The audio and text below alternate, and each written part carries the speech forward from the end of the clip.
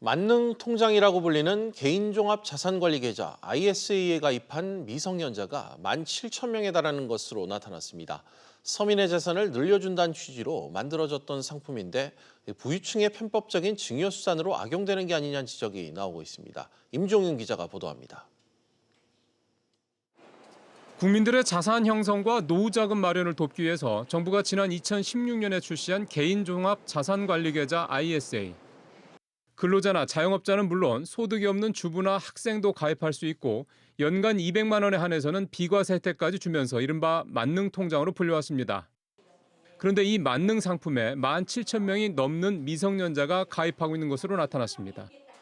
자유한국당 성일종 의원에 따르면 IS가 출시된 지난 2016년 이후 3년 동안 새로 계좌를 개설한 미성년자는 17,000여 명. 이 가운데 우리 나이로 10살 이하의 유아와 어린이도 120명에 달했습니다.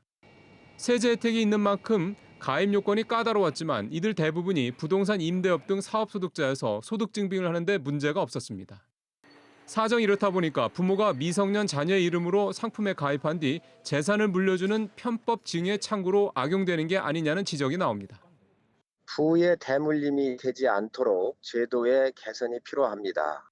미성년자 같은 경우에 근로소득의 증빙이 있었을 때에 이 제도에 활용할 수 있도록 제도 개선이 필요합니다. 한편 예금자나 보험가입자가 10년 넘게 찾아가지 않은 예금과 보험금이 3,800원을 넘는 것으로 나타났습니다.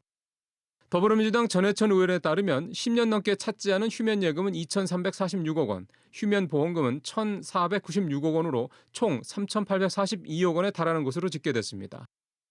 SBS MBC 임종윤입니다.